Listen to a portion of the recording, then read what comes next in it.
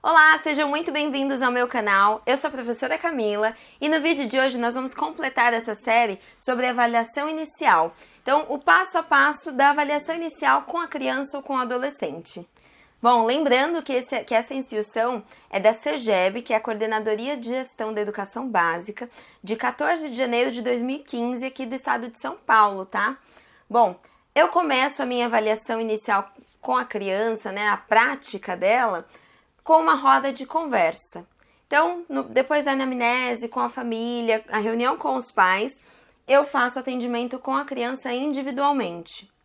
E aí, nessa roda de conversa, eu vou ver quem é essa criança, o que ela gosta ou não, o que tem vontade de aprender, se gosta da escola, né? Então, de acordo com a anamnese que eu faço com a família, né, com aquele questionário que eu dei na parte 1 dessa série, eu já vou ver quais são os temas que a criança gosta, né? Se ela gosta de trem, se ela gosta de algum personagem, de algum cantor. E aí eu já vou trazer esses elementos dentro dessa conversa. Então, tem uma aluna que gosta muito do Rodriguinho dos Travessos. A partir do momento que a mãe me falou, eu já baixei as músicas e já coloquei como fundo na hora que a criança entra na sala. Então, você tem que chamar a atenção da criança de alguma forma. Já falei para vocês também em vídeos anteriores que eu tenho um aluno que gosta de trens e que tinha uma resistência a mudar de professora da sala de recursos, né? Então, no primeiro momento, eu desenhei um trem e a minha conversa inicial com essa criança foi perguntar se ele poderia me ajudar. Então, eu falei, oi, tudo bem? Você é o fulano? Olha, eu tô com um problemão lá na sala porque eu desenhei um trem e eu não sei que cor que eu pinto esse trem. Você pode me ajudar?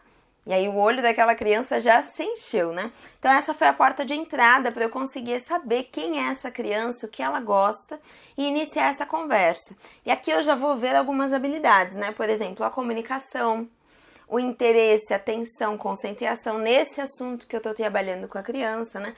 Conhecendo ela, compreensão e atendimento a ordens, orientação temporal e pensamento lógico.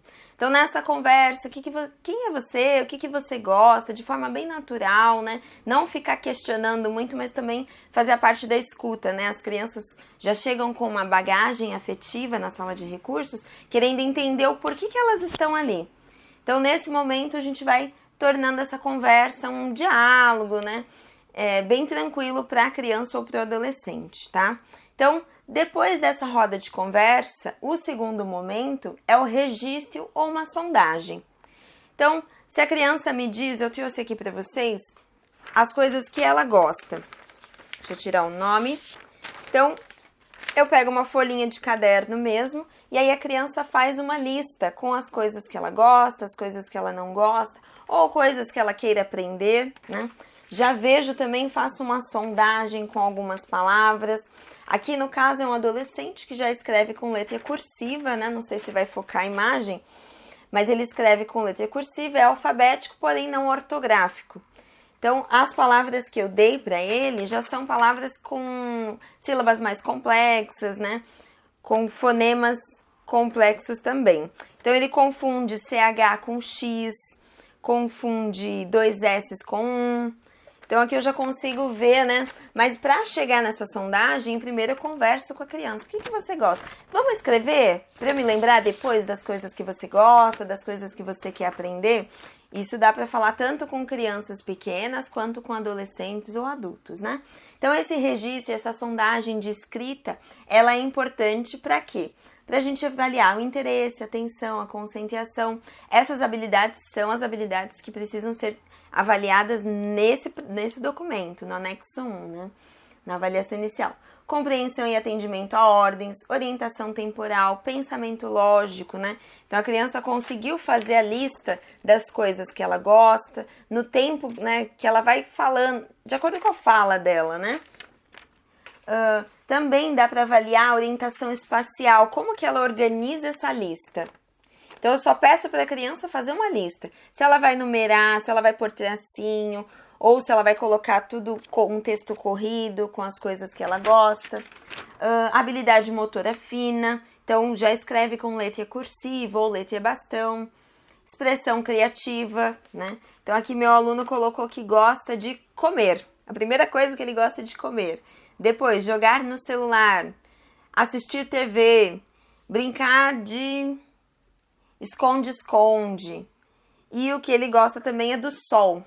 Então, essa expressão criativa aqui é muito interessante, né? Vamos avaliar também a linguagem e comunicação escrita, qualidade da atividade desempenhada, leitura e interpretação.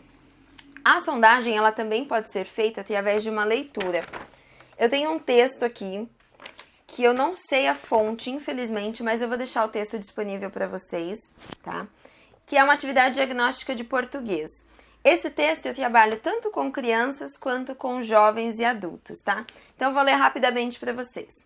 Numa tarde ensolarada, João e sua mãe saíram a passeio pelas alamedas da vizinhança, em direção à praça.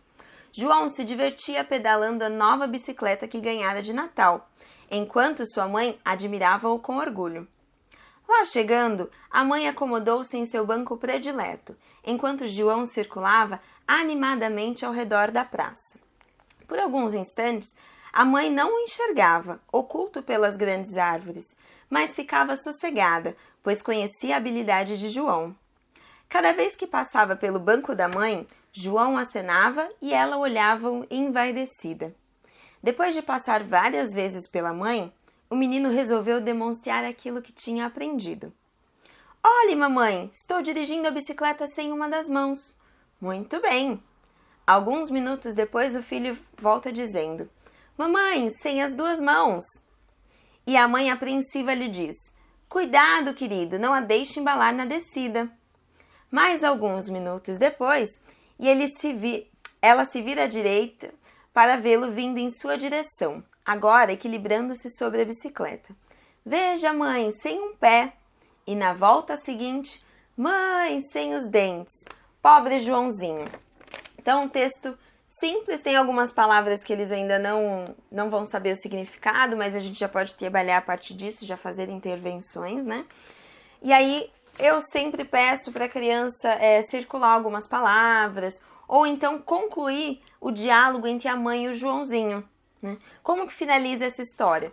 E isso daqui, essa sondagem, né, que seria uma sondagem de escrita, a criança, nossa, surgem resultados fantásticos, é muito bacana, porque eles têm a criatividade, têm essa expressão criativa muito legal, e saem várias conversas, vários diálogos diferentes, né? E aí a gente já vê como que a criança escreve, como que ela se comunica. É muito bacana. Então, a sondagem escrita, temos essas habilidades. Depois da sondagem, eu parto para o desenho, que através do desenho eu vou ver a habilidade motora, percepção e memória visual, orientação espacial, também, né, através do espaço que a criança vai utilizar na folha, pensamento lógico, expressão criativa e a imagem corporal. Então, na psicopedagogia, a gente tem o paraeducativo, onde eu dou a consigna para a criança, que é assim, escreva, desenhe duas pessoas, uma que ensina e a outra que aprende. Normalmente, as crianças representam elas mesmas e os professores delas. Então, aqui, deixa eu ver se vai focar. Essa criança fez uma sala de aula, né? Na verdade, a entrada da sala de aula, porque aqui é a porta. Aqui, uma professora com uma noção corporal muito boa para a idade, né? Uma aluna com 11 anos. E aqui ela. E aí ela diz que que a professora ensina a aluna a ler, né? Mas não tem caderno, não tem muitos elementos para essa aprendizagem. Mas é uma aprendizagem positiva, porque a criança está sorrindo, a professora também, apesar da distância entre elas, tem um olhar assim mais neutro, né?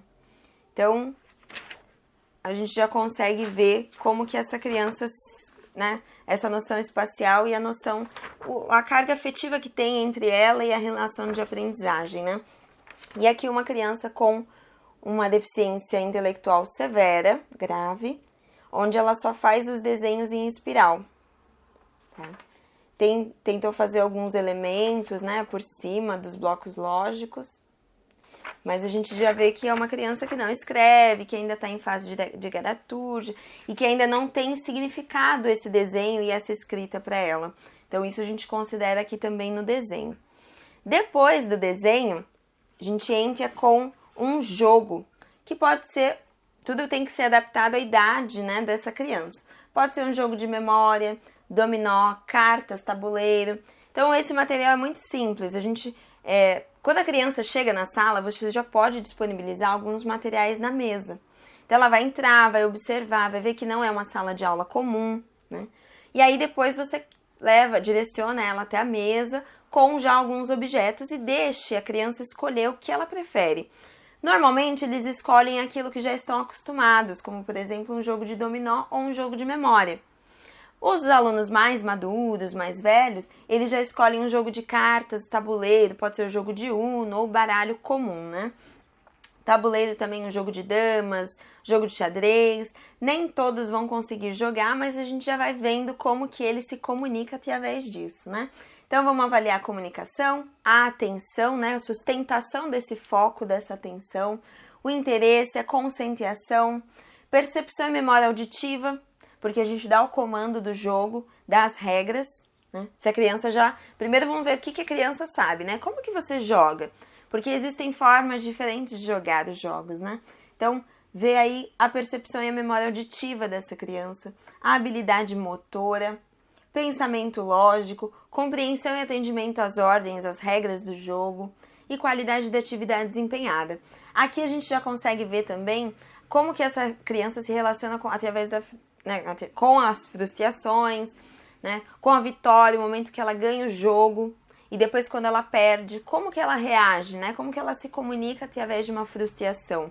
Já é uma questão muito importante, porque algumas das nossas crianças com deficiência, elas são mimadas demais, super protegidas, e elas não sabem lidar com as frustrações. Essa habilidade de emocional, afetiva, é uma questão que a gente faz de forma indireta, através do jogo mesmo. Então a gente vai fazendo intervenções naquele momento em que a criança perde, e é importante ela perder. Ela tem que entender que na vida dela não vai ser sempre protegida o tempo inteiro, que ela vai passar por frustrações e aprender a lidar com essas frustrações. Então a gente faz isso de forma indireta através do brincar. E aí, depois que a criança escolhe o jogo que ela vai querer, né, que a gente vê essa interação dela, a gente pode entrar com os blocos lógicos, que é um jogo muito legal para a gente ver as habilidades, né, de percepção visual, né, compreensão. Então eu tenho aqui essa caixinha dos blocos lógicos, vou mostrar algumas para vocês, olha. Nós temos formas geométricas iguais no formato, iguais na cor, mas a espessura é diferente. Então será que a criança consegue ter essa noção, essa percepção? Ou então... As formas, elas estão grudadinhas aqui, deixa eu pegar. As formas podem ter a mesma cor, a mesma espessura, mas são formas diferentes. Então aqui a gente pode brincar com a criança. Primeiro, deixa ela explorar o material, né? Ver como que ela já interage através desse momento, né? E aí vamos ver o raciocínio lógico, né? Lógico-matemático, a identificação, comparação, pareamento, agrupamento, classificação e seriação. Então a gente pede para a criança, vamos separar esses materiais em grupos? Como que poderíamos fazer isso? E aí nós temos 3 cores, né? O amarelo, o vermelho e o azul. São as mesmas formas, com espessuras diferentes, né? Então como que a gente pode separar esse material em grupos? Pode ser o grupo, a criança vai, né, separando, mas ela pode separar por cores, por espessura. Né? Será que essas duas formas têm o mesmo tamanho, têm a mesma cor, mas a espessura é diferente? Será que elas podem ficar juntas? Aí a gente vai ver como que a criança faz os agrupamentos e as classificações dos grupos, né? Então, você montou o grupo dos vermelhos. Ou melhor, você montou esse grupo. Como que a gente pode chamar? Então, aqui tem um triângulo pequeno com uma espessura grossa, um quadrado pequeno com a espessura grossa, um quadrado, né, vermelho também, 2 quadrados, né, com a mesma cor, mesmo tamanho e espessuras diferentes. Será que eles podem ficar juntos? E aí a criança já vai testando outras formas, né? Então, o grupo das espessuras grossas, o grupo das espessuras finas. Essas duas formas são diferentes, mas elas têm a mesma espessura. Será que elas podem ficar juntas? Vamos vendo como que a criança relaciona isso, né? Depois, dependendo de como a criança lidar com esse material, se ela já for mais madura, se ela tiver uma noção de raciocínio lógico-matemático, a gente pode ir para fichas de cálculos. Então, eu trouxe aqui algumas fichinhas. Eu já imprimo dessa forma, né? Recortadinha, para a criança fazer uma coisa por vez, cada um no seu momento, né? Então, a primeira ficha é: identifique o número maior entre as colunas.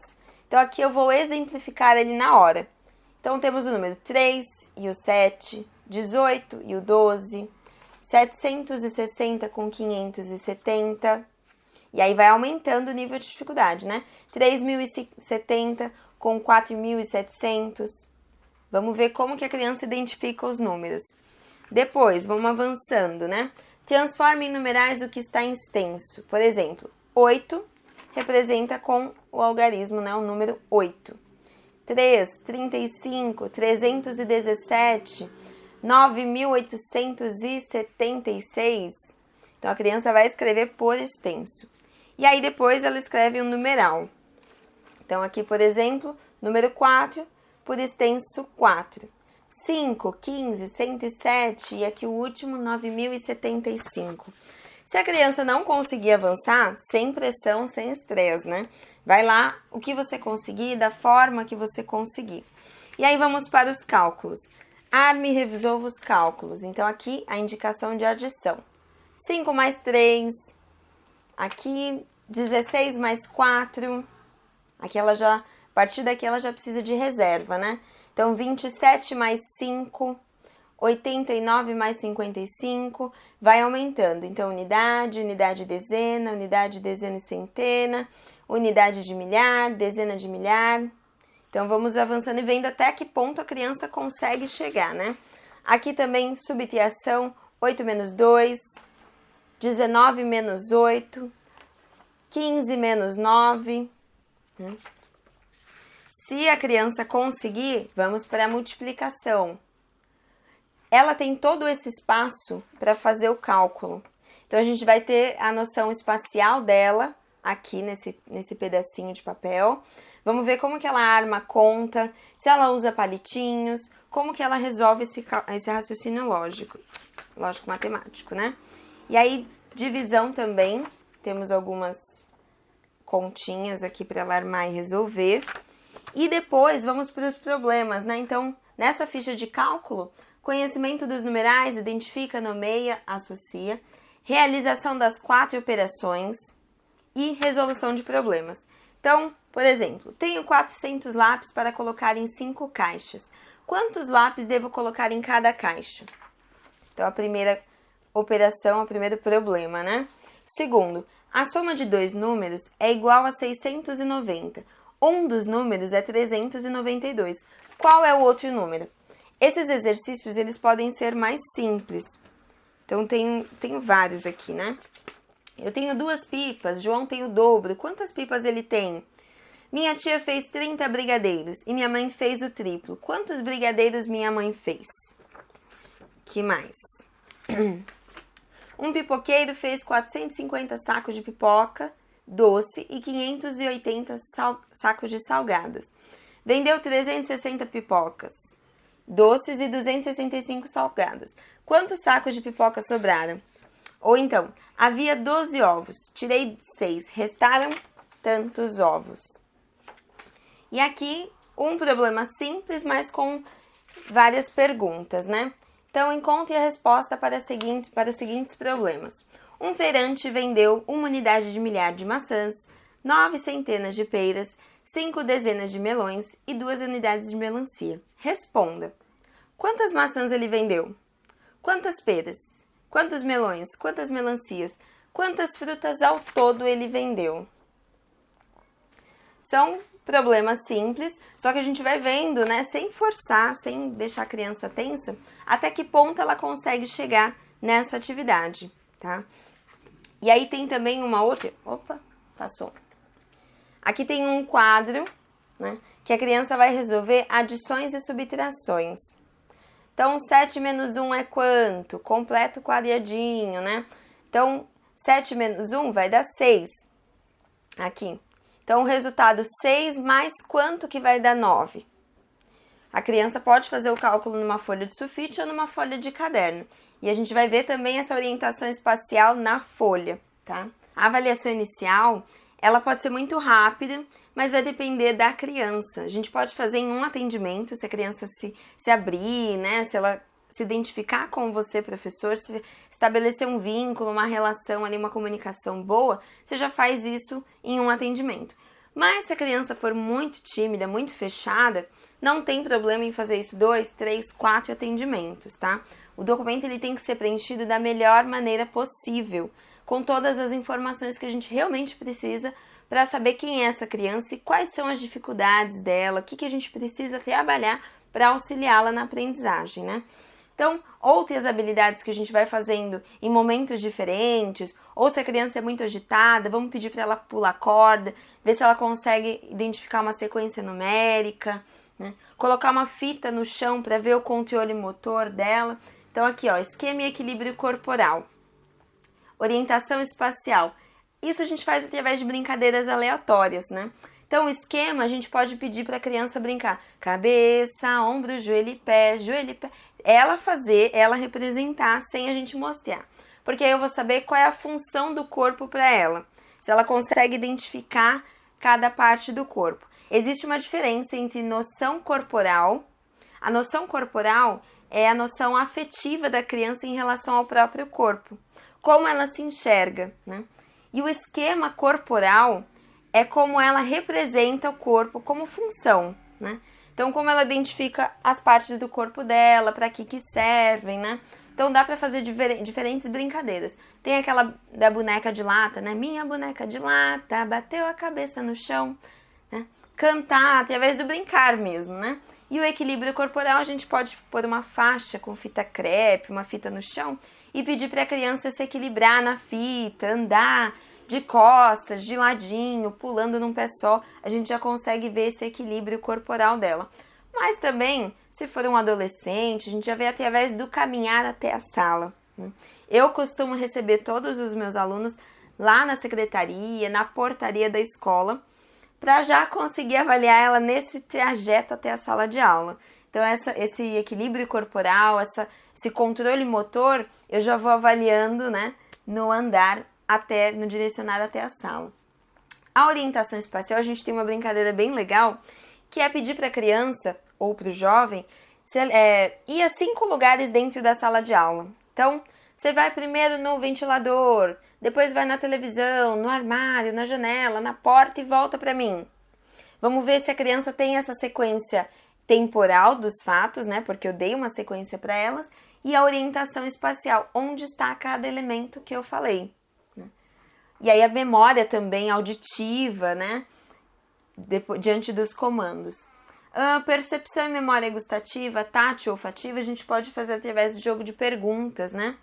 Então, cite aí para mim 3 alimentos salgados, doces, azedos, através de brincadeiras mesmo. A avaliação inicial, ela tem que ser de forma lúdica, né? Claro que eu mostrei algumas atividades de sondagem de escrita e de matemática, mas a gente pode fazer isso tudo através dos jogos. Então, deixa um jogo de matemática, um jogo de línguas. A gente tem um jogo chamado Palavra Dentro de Palavra, que a criança tem que ver, por exemplo, soldado, dentro dessa palavra, soldado tem o dado, né? Sacola tem a cola. Vamos ver como que a criança identifica isso daí. Ela pode também fazer o registro na lousa, que aí é mais lúdico, mais concreto, né? Então, essas são as habilidades que eu trabalho na avaliação inicial. Espero que vocês tenham gostado. Deixem críticas, sugestões, dúvidas que vocês tiverem. Eu vou fazer um vídeo sobre anamnese e depois um vídeo sobre o plano de atendimento individual, né? Que é o planejamento das nossas atividades com os alunos a partir das habilidades da avaliação inicial e como que eu vou trabalhar, quais serão as estratégias a curto, médio e longo prazo para trabalhar essas habilidades com os alunos. Então, esse foi o vídeo de hoje. Um beijo e até a próxima!